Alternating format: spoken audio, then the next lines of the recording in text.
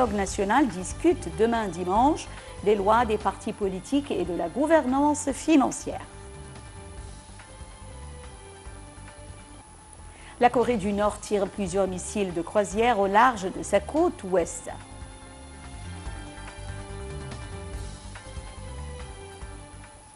Voici le journal en détail. Le ministre des Waqf, Dr Mohamed Mortal Goma, a remercié le président Abdel Fattah el-Sisi pour son soutien continu concernant la prise de conscience religieuse et nationale ainsi que le soutien fait aux imams.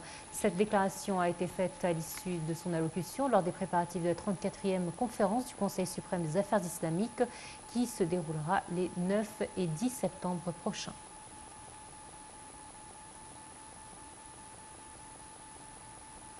Les activités de l'exercice militaire égypto-américain multinational Bright Star 2023 se poursuivent.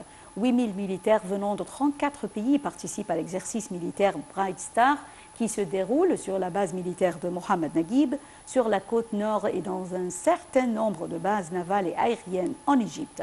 Ces exercices militaires se poursuivent jusqu'au 14 septembre. Le Premier ministre, Dr Moustapha Madbouli, suit les efforts déployés par le Haut Comité médical et de secours au Conseil des ministres au cours du mois d'août. Le Premier ministre a salué la réponse rapide du comité aux appels de secours des citoyens dans le secteur de la santé. Notons que le comité médical avait répondu à 1093 appels de secours qui ont été détectés ou enregistrés par les médias et les réseaux sociaux. La première séance de la 6e semaine du dialogue national débutera demain. Il s'agit du comité des partis politiques qui discutera en 2 séances de la loi des partis politiques, l'intégration, la coalition des partis, la gouvernance financière et administrative. Par ailleurs, le comité des droits de l'homme et des libertés publiques examinera le soutien et l'encouragement de la liberté de l'opinion et de l'expression. En ce qui concerne la séance du mardi, consacrée à l'axe économique, le comité de l'inflation et de l'augmentation des prix abordera les raisons et les moyens de les confronter afin de diminuer les fardeaux du citoyen.